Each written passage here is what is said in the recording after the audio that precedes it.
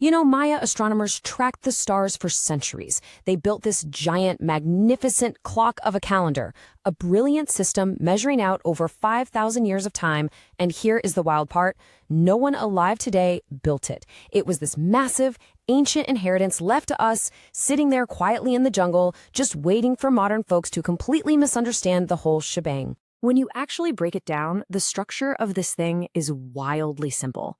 It is basically just boxes inside of boxes.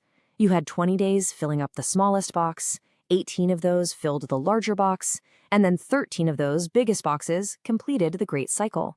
It works exactly like a car odometer rolling over. When it maxes out, the car doesn't just explode into a fireball on the highway, the digits just roll over to zero and a fresh cycle begins. The Maya fully expected that fresh cycle to start.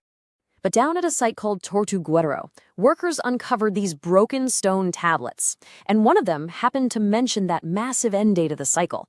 But the stone itself was completely shattered right where it mattered. It was a blank space in the text.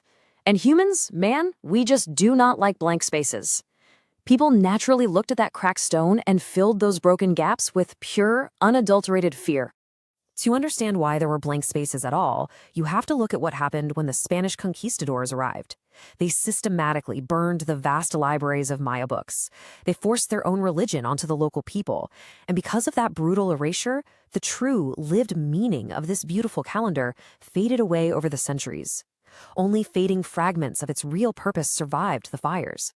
And it worked exactly like a wild game of telephone over the decades. Back in 1966, a scholar named Michael Coe wrote just one sentence suggesting Armageddon might come at the cycle's end. One sentence.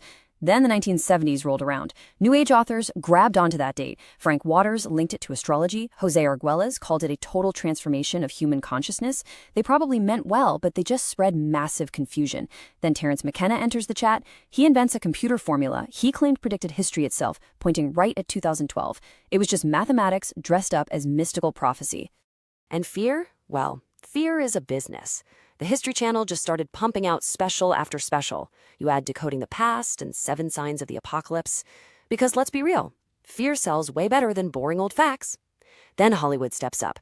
Roland Emmerich drops a movie literally called 2012. He spends $200 million to make it, and it pulls in almost $800 million worldwide. The marketing was so clever, they even set up a fake website for a survival lottery that felt completely real. People were wandering around wondering if the government secretly knew something. The line between a fun game and truth just completely blurred. You also have to remember the vibe of the world right around then. The world actually felt incredibly fragile. In 2004, a massive tsunami killed over 200,000 people. In 2005, Hurricane Katrina devastated New Orleans. In 2011, Japan's tsunami triggered a terrifying nuclear crisis. We were on edge. So when a woman named Nancy Leiter claimed aliens had warned her that a fictional planet named Nibiru was going to smash into Earth, a date she conveniently moved from May 2003 to December 2012, people were vulnerable enough to listen. Real astronomers, meanwhile, are just standing out in the cold, searching the skies for this rogue planet Nibiru for years. And they find absolutely nothing.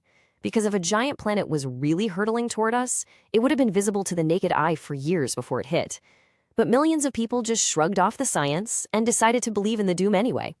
Then you had folks like John Major Jenkins claiming the disaster would come from this incredibly special sky alignment. But scientists ran the math and proved that this exact alignment had actually already happened years earlier. The whole theory just quietly drifted by decades without anyone in the real world even noticing. People had already made up their minds. The fear economy was just booming.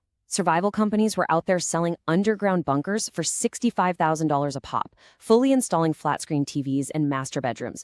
Fear literally became a luxury product for the rich to buy peace of mind. Meanwhile, regular folks were so terrified they were calling NASA 200 times a day. NASA actually had to create a special FAQ page just to answer the exact same terrified questions over and over. The truth just couldn't keep pace with the fear. But while all this is happening, what were the actual Maya experts saying? Real Maya scholars were speaking out, explaining that not a single classic Maya text predicted the end of the world.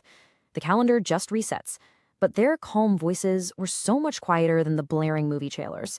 And there are over 6 million Maya people alive today, just watching strangers on TV claim their ancestors predicted the apocalypse.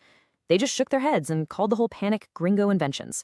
Their sacred, beautiful calendar was turned into a cheap joke. The human toll of this was heavy, though. You had parents, regular folks, lying awake at night, staring at the ceiling, genuinely wondering if their kids were going to get the chance to grow up. They would hop online in the middle of the night just looking for a little comfort, a little reassurance, and instead the internet just fed them more horror. And the real-world consequences of that dread were wild. In Michigan, officials closed 33 schools early because of violent threats tied directly to these doomsday rumors. Kids missing math class over a misinterpreted stone tablet. Over in China, police arrested nearly 1,000 members of the Almighty God cult. They were out there predicting 3 days of total darkness and urging people to overthrow communism. Belief twisted right into sedition. And tragically, when reason completely loses out to fear, people get hurt. On December 14th, just days before the supposed end, a man in Henan province walked into a school and stabbed 23 children. Authorities explicitly stated that doomsday fears had influenced his mind. Fake prophecy fueled a very real violence against the innocent. Back in the States, a bunker salesman named Ronald Hubbard was just watching his phones ring nonstop. People were desperate, blowing their entire life savings on holes in the ground before December 21 hit. And looking back, it's pretty clear that expensive hole in the ground was always going to easily outlast the panic that dug it. And then the day finally arrives, December 21, 2012, the winter solstice. In the Northern Hemisphere, it is literally the longest, darkest night of the entire year. Across the globe, millions of people just held their breath. And then morning comes. The sun rises, exactly like it always does. Coffee brews in the pots. The morning trains run on schedule. The world absolutely does not tremble. Noon rolls around, and nothing unusual happens. No rogue planet appears in the sky. No giant earthquake swallows up the major cities. Just the gentle hum of a Friday. The silence of the ordinary was absolutely deafening. Actually, one of the best moments of that day was when Australian Prime Minister Julia Gillard recorded this deadpan hoax speech. She looked right into the camera and joked that she would fight alongside Australians against the zombies and the invasion of K-pop, right to the very bitter end. It was brilliant. Laughter just casually cutting right through the lingering fear. Humor becoming a kind of courage. The sun set on December 21. Morning confidently arrived on December 22. And NASA? They had already dropped their press release dated for December 22 way beforehand. Because they knew. They knew the whole time we would all still be here. Meanwhile, down in Mexico and Guatemala, the reality was just beautiful. The Maya people were celebrating. They held these gorgeous, deeply spiritual ceremonies at Chichen Itza and Tikal. They weren't hiding. They were welcoming the new Baktun, the fresh cycle. The real, living keepers of the calendar were just dancing in the daylight. Up north, the doomsday preppers slowly crawled out of their expensive bunkers. Some felt a little foolish. Some immediately started shifting the goalposts to a completely different date. The History Channel quietly stopped airing all their apocalypse specials. The documentaries just vanished. And the bunker industry? It survived exactly like a chameleon, changing colors to match whatever anxiety we are currently standing on. They just pivoted straight to marketing for pandemics and political collapse. Fear, it turns out, is a completely renewable resource. The whole panic just morphed into a commercial brand. National Geographic launched Doomsday Preppers in 2012, turning survivalism into prime-time entertainment. And online, everyone just kind of bonded over the shared embarrassment. We started making memes about surviving the apocalypse. The dread washed away into jokes. Humanity basically stood in the mirror and just laughed at ourselves.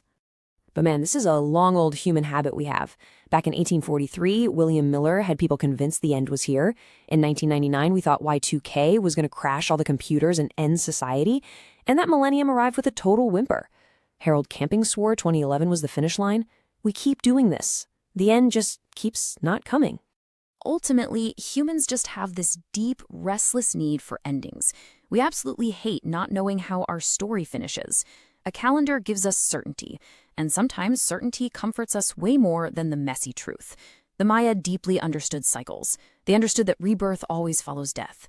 The 2012 panic was never really about the Maya. It was entirely about us. We stared into the face of a brilliant ancient clock, and all we saw reflecting back was our own fear. If you enjoyed hanging out for this deep dive into our wild history, toss a like on this and send it to a friend who still owes you money from a doomsday bet. I will keep bringing the stories if you keep bringing the curiosity. But it makes you wonder, what totally normal thing are we all going to completely panic about tomorrow?